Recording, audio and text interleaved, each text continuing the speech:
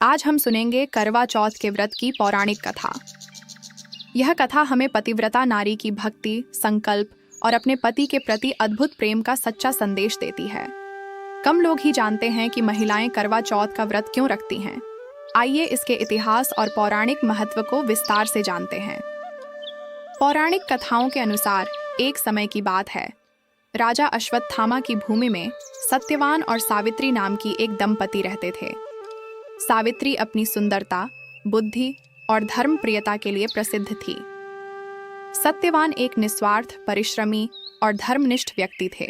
नमस्कार बहनों, स्वागत है आप सभी का भक्ति अनमोल विचार में। अगर आपको यह कथा पसंद आ जाए तो वीडियो को लाइक करना, चैनल को सब्सक्राइब करना। चलिए इस कथा को आरंभ करते हैं।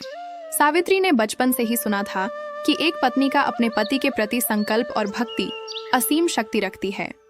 उसकी माँ ने उसे सिखाया था कि पति की लंबी उम्र और सुख समृद्धि के लिए पत्नी का व्रत और तप आवश्यक है।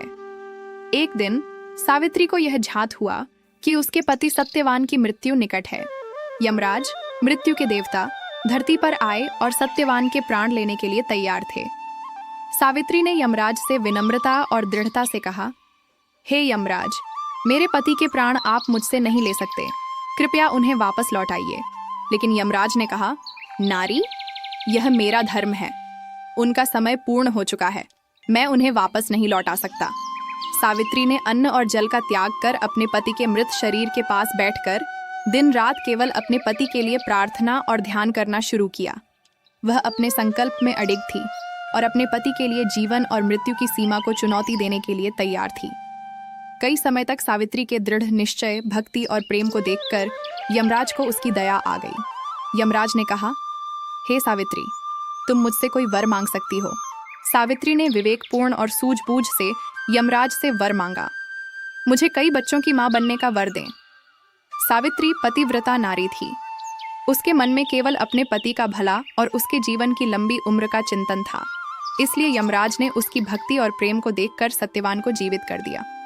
यहीं से करवा चौथ का इतिहास शुरू हुआ। महिलाएं सावित्री की तरह अपने पति के दीर्घायु, स्वास्थ्य और सुख समृद्धि के लिए निर्जला व्रत करती हैं। इस दिन महिलाएं पूरे मनोयोग और श्रद्धा से उपवास करती हैं। व्रत के दौरान दिन भर पानी और भोजन से परहेज करती हैं और संध्या में चंद्र दर्शन कर पति की लंबी उम्र की कामना करती हैं।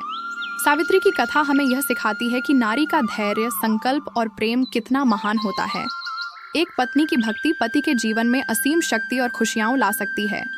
करवा चौथ का व्रत सिर्फ उपवास नहीं है, ये व्रत पति और पत्नी के बीच विश्वास, प्रेम और सम्मान को बढ़ाने का प्रतीक है।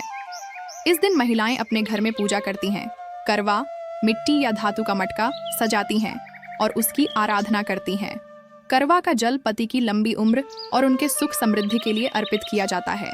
सावित्री की भक्ति और तपस्या की कथा हमें यह भी सिखाती है कि यदि हम अपने संकल्प में दृढ़ हैं तो जीवन की किसी भी कठिनाई को पार किया जा सकता है।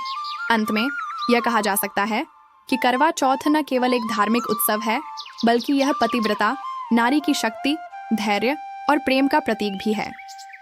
तो बहनों, इस करवा चौथ पर सावित्री की भक्ति को याद करें और अपने पति के दीर्घायु, स्वास्थ्य और सुख समृद्धि के लिए मन में संकल्प लें। नमस्कार बहनों, यही थी करवा चौथ की पवित्र कथा। आप सभी को भक्ति अनमोल विचार की ओर से हार्दिक शुभकामनाएं।